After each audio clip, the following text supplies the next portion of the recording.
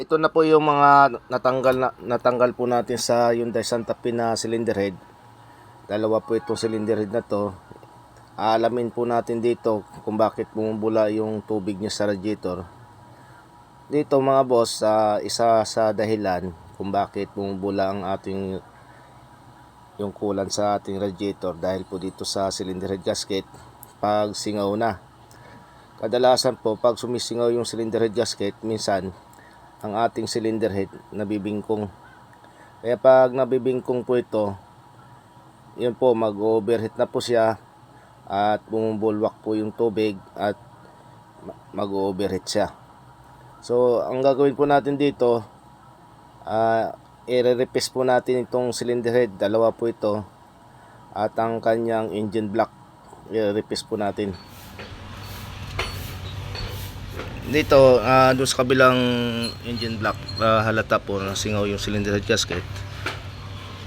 Dito sa number 1 na piston. So, ito po siya. Ang gagawin lang po natin nito, magpapalit tayo ng cylinder head gasket. At tapos, i-replace po natin to. At yung cylinder head, i-replace po natin. So, ito po yung cylinder head, i-replace po natin yan. So, hinasa na namin. Dito po sa liner medyo malalim po itong kulay itim nito, hindi pa siya nakain ng pinanghasa natin. Ang pinanghasa po namin ito liha lang, ayan, para pumantay po kasi pag hindi natin itong ginawa, pag hindi pantay itong nilalapatan ng gasket, maaari po na sumingaw agad ang gasket natin pag kinapit.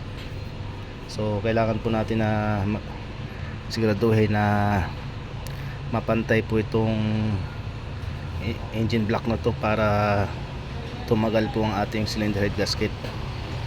Tulad po nito, pantay na po ito, kinain na po itong liner niya. Ito po, makikita po natin makinis ito. Tapos dito sa side na ito, pantay na hanggang dito. Pero pagdating dito, medyo hindi pa tinatamaan ng liha natin.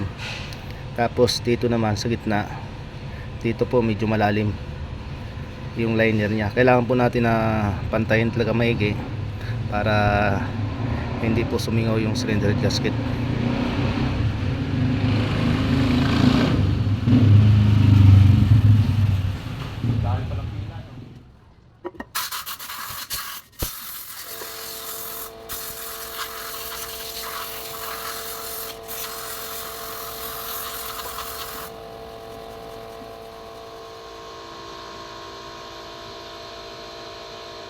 Dapat po pag nagre-replace po tayo, kailangan pantayin po natin para hindi po siya magkaroon ng singaw yung hangin dito. So ganito po siya, napantay na po natin dahil kanina lubog po itong liner na to, kaya hinabol ko po na paghahasa nito. Ngayon isusunod po natin yung kabila. So dito po sa kabila, hindi natin alam kung malaki rin yung bingkong nito, kaya susubukan ko po, papasadahan ko muna ng liha para malaman natin kung bingkong rin ba ito o hindi.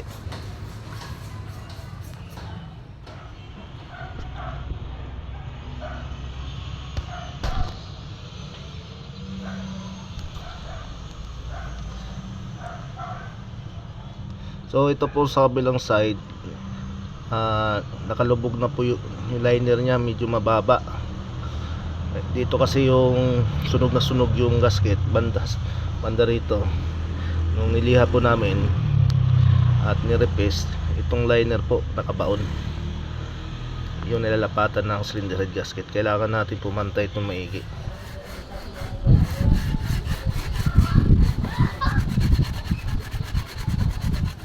Kaya po natin na nirepesto at nililiha. Minsan pag hindi natin ito nililiha, pag kinampit natin yung bagong cylinder head gasket, pag titingnan natin, nakala natin pantay itong ibabaw na to. Pero pag niliha na po natin, makikita po natin ito halos kinain na po ng liha, pantay na. Pero may nakikita po tayo na isang parte nito na malalim. So ito po siya.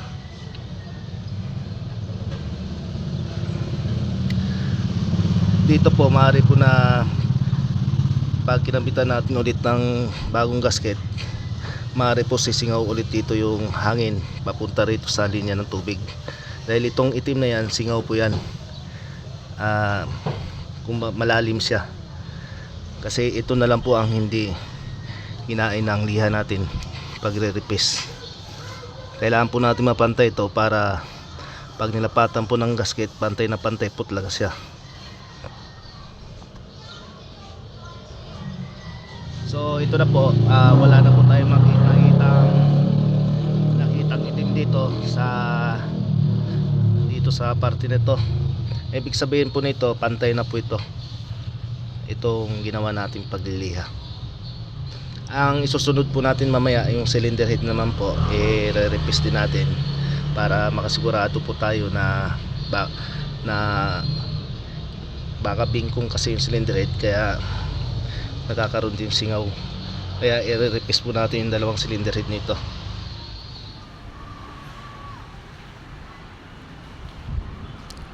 Ito na po yung cylinder head na i-repis natin. Dito mamaya malalaman po natin kung bingkong po ito, kasi pag i-repis po natin to para pumantay, kasi itong mga guhit na yan, bakat po ng pinaglapatan ng gasket, baka malalim po ito. Kaya ang gagawin natin, i-repis pa rin natin to. Bali dalawa pong cylinder head ang gagawin natin. Ito.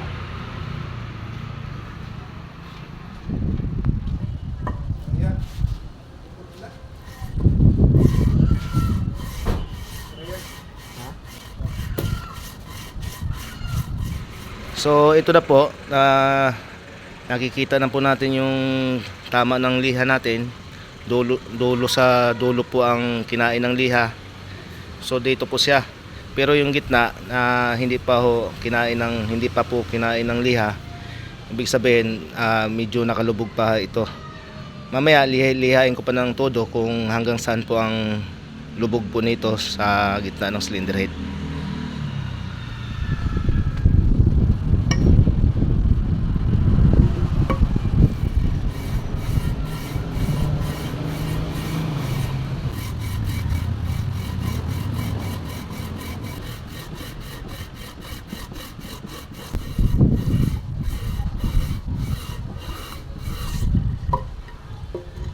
Masyado talaga malalim po dito sa gitna, kasi ang kinain talaga niyan dulo-dulo pa rin. So dito po siya, dito hindi pa siya inabot. Ibig sabihin po bingkong po itong cylinder head na to.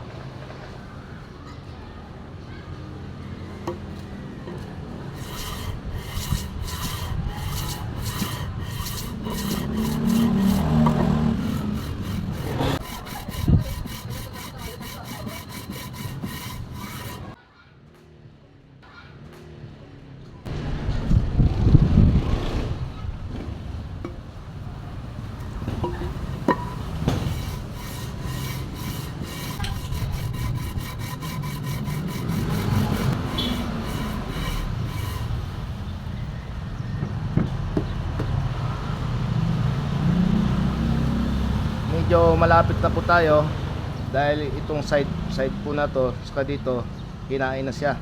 Pero itong gitna wala pa rin. Kailangan po na pumantay talaga ito sa pagliliha natin. Kailangan maliha po natin to para pumantay. Ibig sabihin po nito, malaki pong bingkong po itong cylinder head na to, kasi marami na pong nabawas dito sa dulo-dulo. Pero dito wala pa, hindi pa tinamaan ng liha natin.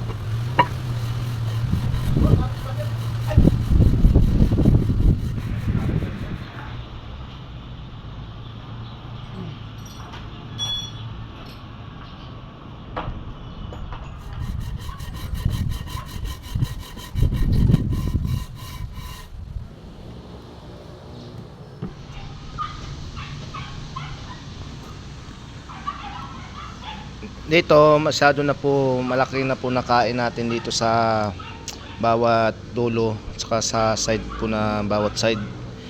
Masyadong malaki na po na natanggal natin na pagliliha. Halos sa Pero itong gitna wala pa rin, hindi pa rin siya tinatamaan ng pagsalihan natin. Ito masyado po nakalubog po itong gitna po, kaya siguro yung cylinder head gasket mabilis po na sumingaw. Kailangan po natin habulin itong bakat po na yan.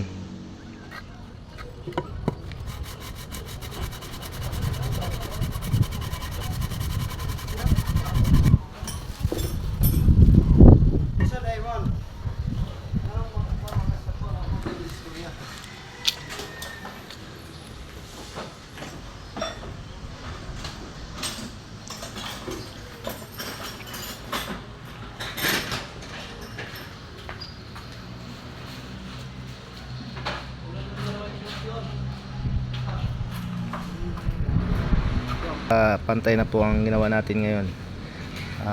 Dapat po ganito, pantay na siya. Kagaya na malalim po to rito, pati dito. Ngayon pantay na siya. Ngayon isusunod po natin yung isa. Titingnan po natin kung bingkong rin ba o hindi yung isang cylinder head.